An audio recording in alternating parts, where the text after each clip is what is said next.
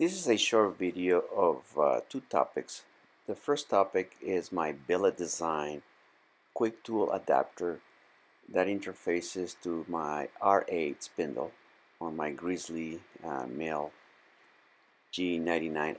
You can see the standard drawbar at the top, and the adapter that holds the holders, and these are BT modified BT holders with an ER25 collet. Notice that the taper is a little bit more stubby than normal. It's been ground down. And the way you insert, you simply put it in and you turn the locking mechanism clockwise and you put the safety lock, and that's all there is to it. To remove it, you simply remove the safety mechanism, turn the locking counterclockwise, and the collet just simply drops off. That's how simple it is. Once again, in, turn, lock it, and you're done.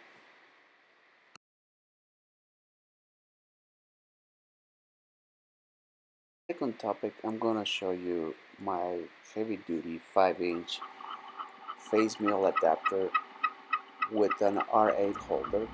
I got this from Shards. It has a carbide insert, and I'm milling an aluminum plate